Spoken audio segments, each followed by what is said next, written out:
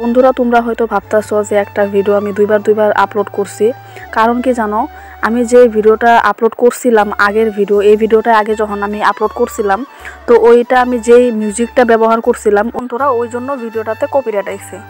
যাই হোক, তারপরে হলো গিয়ে আমিও অনেক দিন হয়েছে, কিন্তু বন্ধুরা অনেক দিন হয়েছে আমি মার্কেটে যাই না, তারপর হলো গিয়ে গ্রাউন্ডে যাই না, কারোর সাথে দেখা করি না, ফোনেও কিন্তু আমার আলাপ আলোচনা কারোর সাথে হয় না। আমি যে আগে গ্রাউন্ডে আসতাম না বা প্র্যাকটিস করতাম না এরকম না, আমিও আসতাম, আমিও খেলতাম, কিন্তু আমি আগের মতো এখন খুব বেশি একটা আসি না বা প্র্যাকটিস করি না। কারণ কি আমার শরীরটা খারাপের জন্য, কি কখন আমার ঠিক থাকে না শরীরের, তার জন্য আমি আর এখন আসি না।